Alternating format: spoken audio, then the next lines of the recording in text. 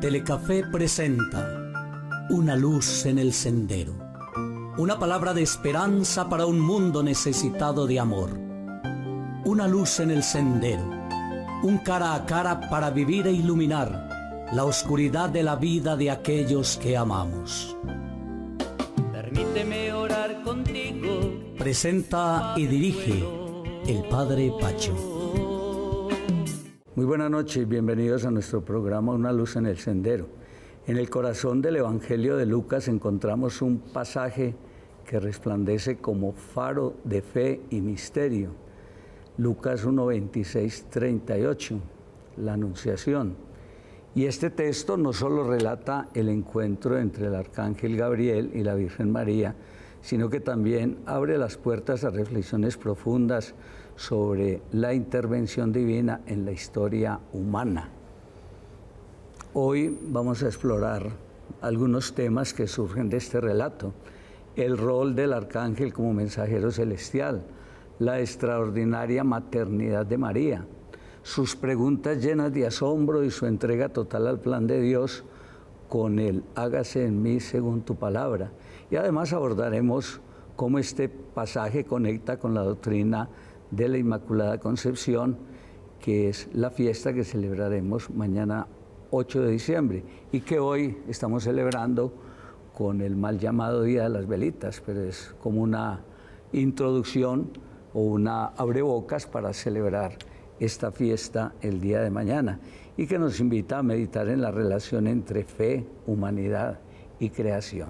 Para ello hemos querido invitar al Padre John Edwin Arias Alzate, párroco de Nuestra Señora de la Pobreza, profesor de Sagrada Escritura y Lenguas en nuestro Seminario Mayor, quien con su conocimiento, pero también sensibilidad, nos ayudará a desentrañar un poco las riquezas de este momento clave en la historia de la salvación, una conversación que nos promete iluminar tanto el corazón como nuestra fe. Padre Edwin, bienvenido a Una luz en el sendero. Muchas gracias, Padre Pacho. Es un gusto poder compartir hoy en este programa esta reflexión sobre este dogma tan importante para nosotros como es el de la Inmaculada Concepción de la Santísima Virgen. ¿Por qué no contextualizamos un poco el texto bíblico y cómo entender al arcángel Gabriel como mensajero divino en este pasaje? Profundizamos hoy en este texto de Lucas 1, 26, 38, que está en lo que se denomina en Lucas los Evangelios de la Infancia, capítulo 1 y 2. Y está en medio del acontecimiento primero, que es el anuncio que hace el arcángel San Gabriel a Zacarías, y posteriormente viene la visita de María a Isabel.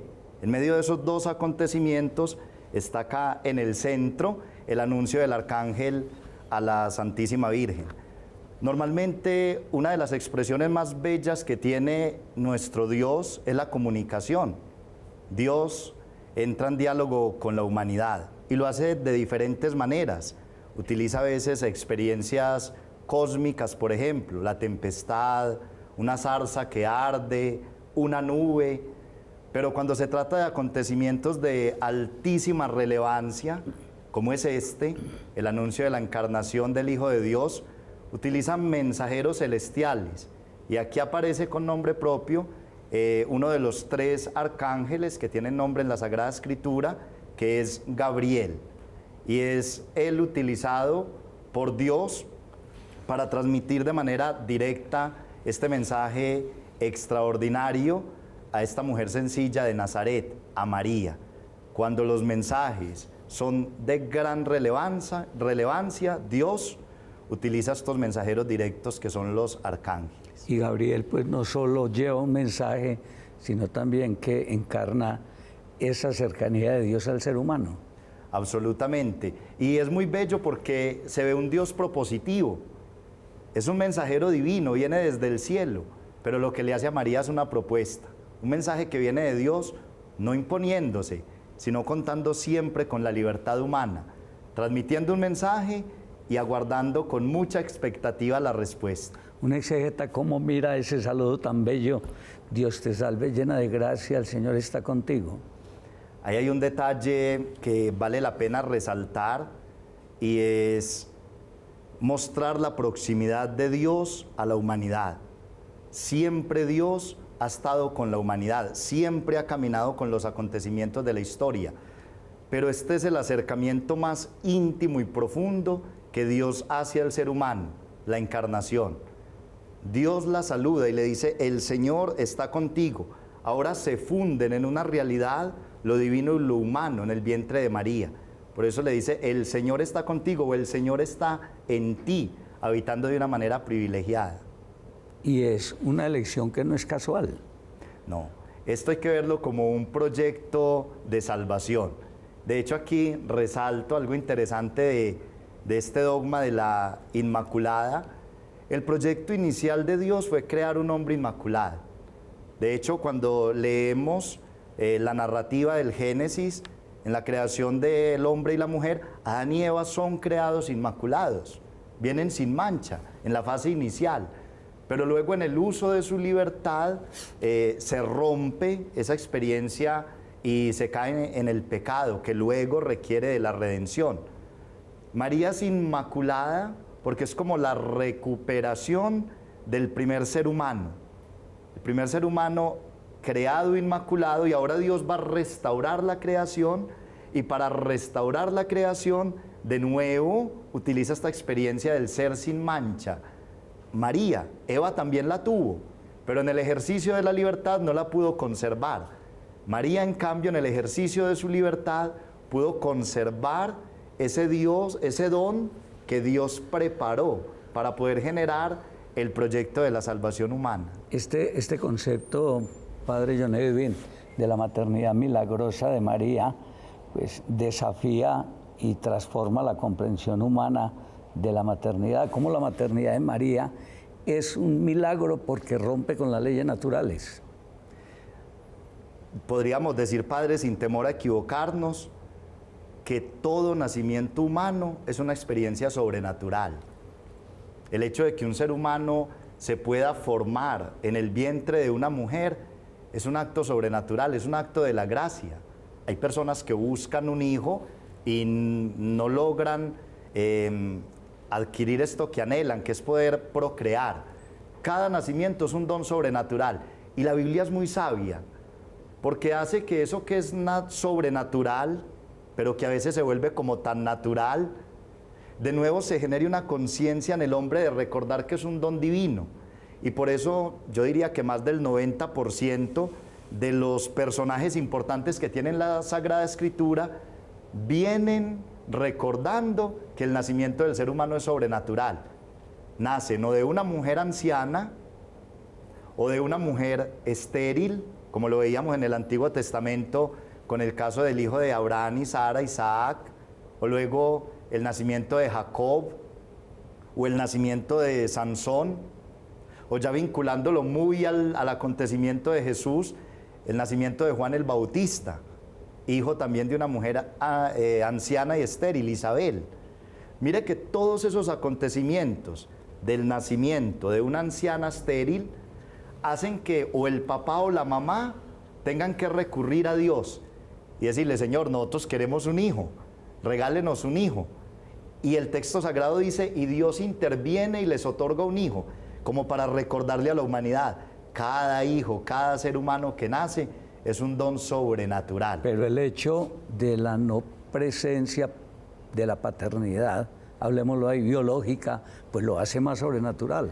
Absolutamente sí. Por eso, cuando leemos ese texto de Lucas 1, 26, 38, hay como una inquietud de María, de hecho la plantea con toda claridad. ¿Cómo será eso? Pues no conozco varón. Aquí es muy interesante, porque en el caso de Isabel y de Zacarías, se sabía que tenía que haber una intervención divina, no había otra posibilidad. De hecho, Zacarías le hace también un interrogante al arcángel Gabriel. Explíqueme esto porque yo no lo creo, o sea, manifiesta cierto manto de duda. En cambio, María no expresa duda, sino más bien que se abre como a la necesidad de que le expliquen cómo va a ser el proceso, porque podría ser muy natural, Padre. María tiene a José, ella es una mujer virgen pero joven, podría decir simplemente me uno a mi esposo y vamos a engendrar un hijo. Mire que podría ser un proceso muy natural. pero se manifiesta en el texto que va a haber una intervención sobrenatural, y es la intervención del Espíritu fecundando un ser humano. Por eso ahí, lo que usted decía, en cierta manera se rompen como las leyes de la naturaleza para que se dé esa intervención divina esperada durante siglos. Lo humano y lo divino fundidos en una realidad, en la realidad del vientre de María. Volviendo al ángel, esa descripción de la misión de Jesús es hermosísima. Concebirás en tu vientre y darás a luz un hijo y le pondrás por nombre Jesús. Cuando el ángel le traza a ella el para qué de esa intervención, para qué el Espíritu Santo, sin José, de esta manera sobrenatural, va a fecundar el vientre de María. ¿Para qué? Para restaurar toda la creación. Por eso el vínculo de lo que le decía ahora de Adán y Eva. Ellos fueron inmaculados, pero por el pecado generaron una herida en la naturaleza, en la creación.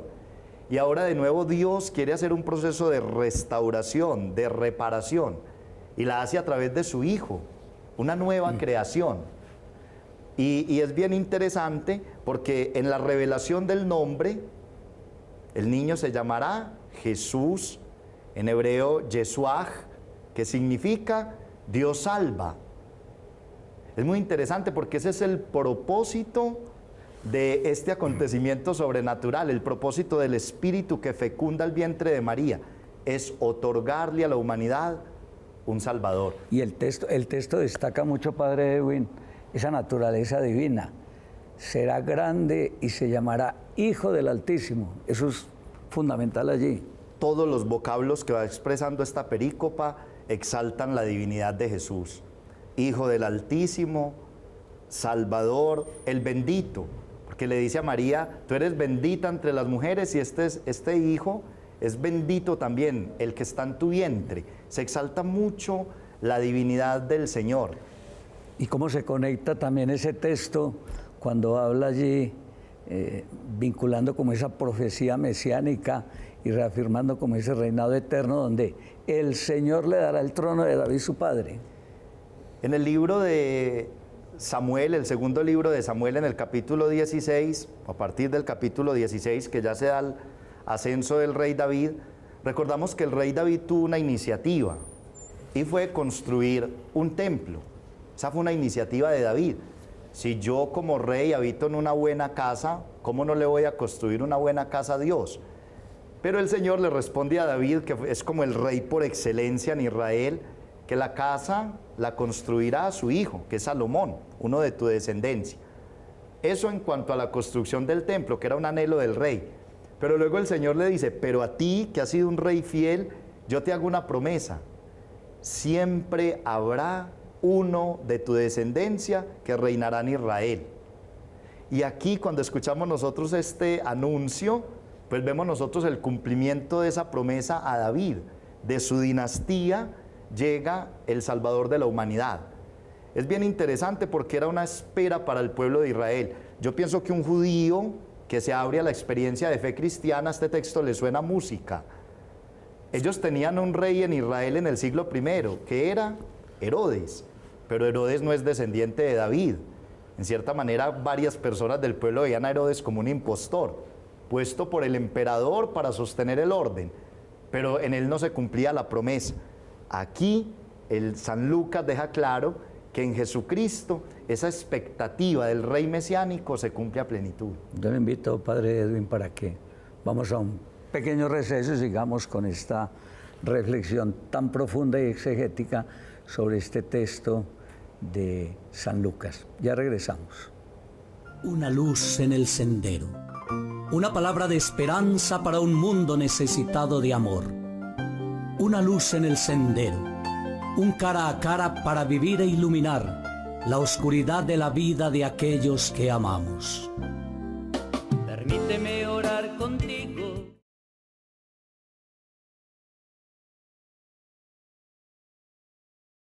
Una luz en el sendero. Una palabra de esperanza para un mundo necesitado de amor. Una luz en el sendero. Un cara a cara para vivir e iluminar la oscuridad de la vida de aquellos que amamos. ¿Cómo entender, padre John Edwin, a María que expresa, es una inquietud de ella? ¿Cómo será eso? Pues no conozco varón. Eso nos enseña algo a la misma pregunta de la fe. Es bien interesante porque en el esquema de anuncio que están los dos textos, el anuncio a Zacarías sobre el nacimiento del Bautista, Juan el Bautista, y el anuncio a María sobre el nacimiento del Salvador, en ambos anuncios hay interrogante. Zacarías pregunta, en cierta manera manifestando duda. ¿Cómo es posible esto? Es que mi mujer es una anciana estéril. ¿Cómo va a ser posible? Yo necesito que me dé a conocer esta situación. Y eso trae una consecuencia para Zacarías. En cambio, en el caso de María, la pregunta es más bien sobre el procedimiento. Ella no tiene duda, sino que la pregunta es, bueno, entonces yo no conozco a José, yo no me he casado todavía con él, tengo que unirme a él, o cómo va a ser el proceso. Pero es una cosa bien bella porque el Espíritu a través de ese interrogante permite una revelación. ¿Y cuál es la revelación? Que ese hijo no va a ser hijo de José, sino hijo del Espíritu de Dios. Se muestra toda la realidad sobrenatural. Y yo pienso que el interrogante de María da pie a que haya claridad en que Jesucristo verdaderamente es Dios y verdaderamente es hombre. Y es claro que allí pues no hay una duda de María sobre el poder de Dios, pero como que busca entender cuál es como su papel, como lo acaba de decir usted ahí, en su misión. Yo creo que es una enseñanza muy bella, padre, porque a veces no comprendemos, a veces como los caminos de Dios, pero confiamos en Él. Absolutamente sí. Muchas realidades de la experiencia de la fe no se pueden explicar. Nosotros, por la experiencia, nuestro cristianismo es de una mezcla de judaísmo y mundo grecorromano. Y por el judaísmo, pues traemos nosotros toda la tradición de fe, pero por la experiencia grecorromana quisiéramos como explicar todo, que se pudiera demostrar. Estos textos nos muestran a nosotros que más que una demostración, Dios lo que hace es abrir un camino. Él dice, yo voy a realizar este proyecto, simplemente dispóngase para que yo pueda ejecutar el plan de salvación. A veces no lo entendemos, a veces no lo comprendemos, y mucho menos en el momento inmediato. Es posteriormente, cuando logran hacer una lectura de fe y comprender los propósitos divinos. Qué bello ese paso que da María cuando dice, hágase en mí según tu palabra. Algunos teólogos y exégetas consideran esta perícopa o este momento especial del texto como una prolongación de la creación. Así es, Padre Pacho. Cuando nosotros nos acercamos al texto del Génesis que habla del origen de todo, veíamos cómo la palabra de Dios es creadora. A través de la palabra Dios iba realizando todo lo que existe. Hágase la luz.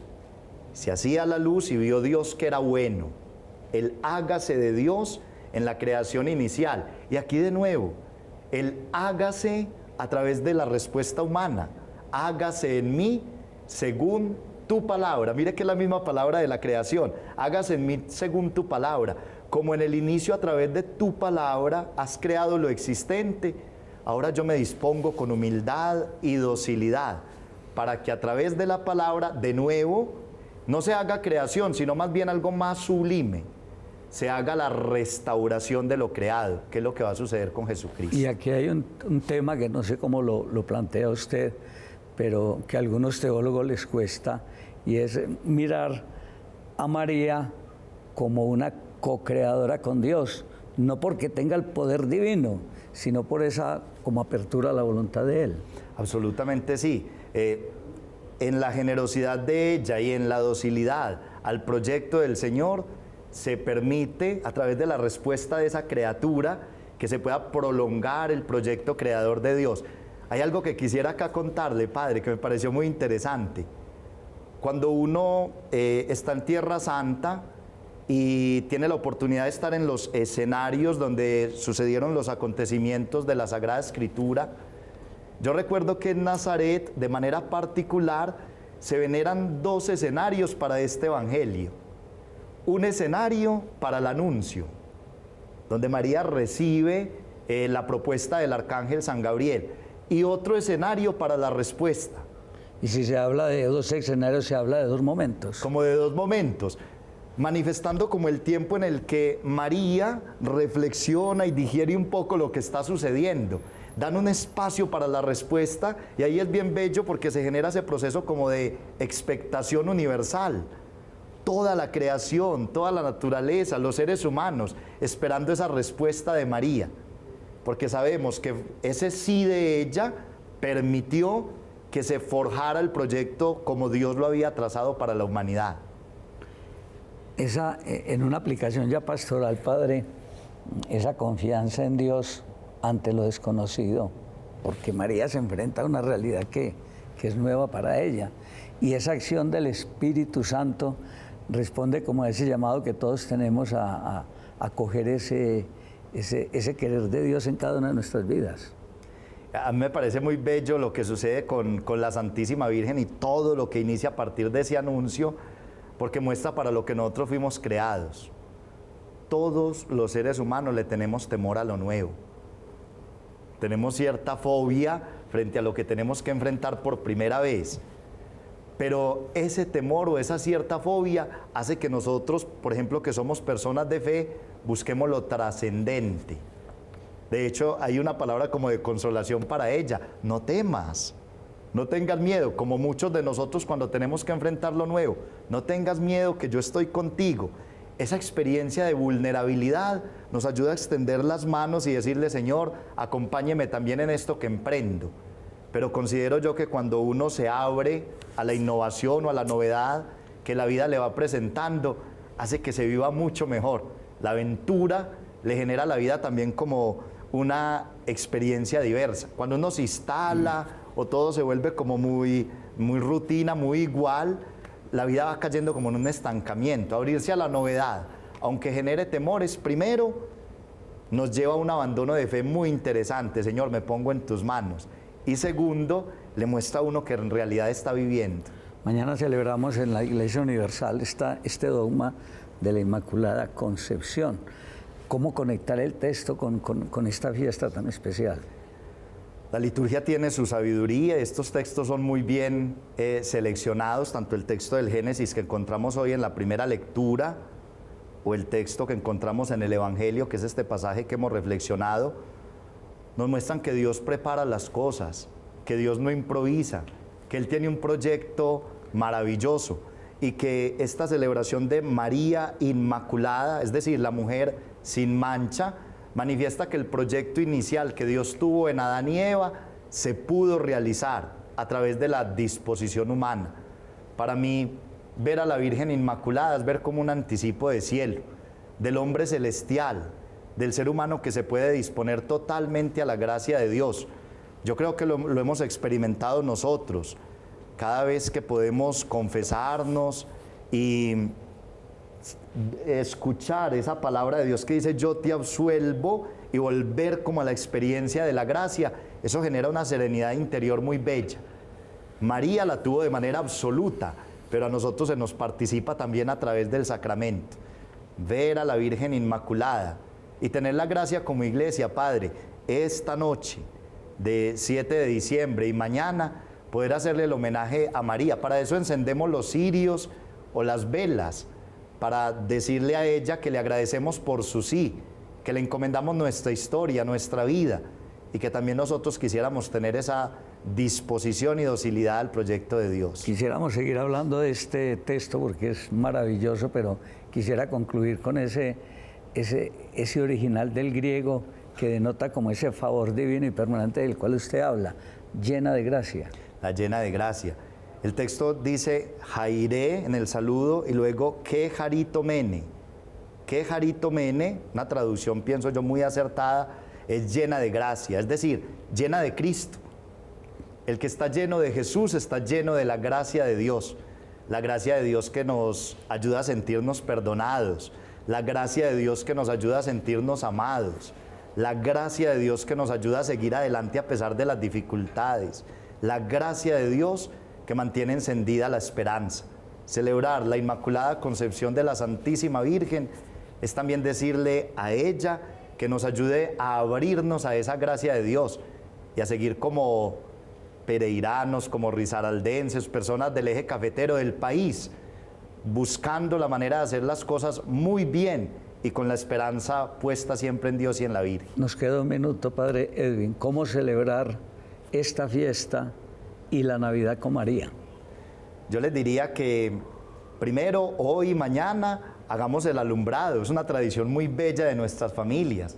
Encendamos las velas, pero qué lindo que podamos acompañar esa vela que se enciende con nuestro corazón también encendido por el rosario. Qué lindo hacer el rosario en familia o una plegaria. Es también generar una luz interna, no solamente la luz externa de los faroles y de los alumbrados, sino la luz interna de la llama de la plegaria y de la fe. Y con María, dejarnos acompañar en la Navidad. Es uno de los personajes fuertes de la Navidad. La mujer que espera, la mujer que se dispone, la mujer que responde sí y la mujer que permite luego que Cristo sea engendrado en su vientre, concebido en su vientre y luego que nazca para dar esperanza y fortaleza a la humanidad. Ella acompaña nuestra peregrinación de Navidad y nos ayuda a entender cómo nos tenemos que preparar. Dios lo bendiga hoy y siempre. Muchas gracias, Padre. A ustedes agradecerles que nos hayan acompañado en este programa tan interesante en la exégesis de este texto bíblico del evangelista Lucas.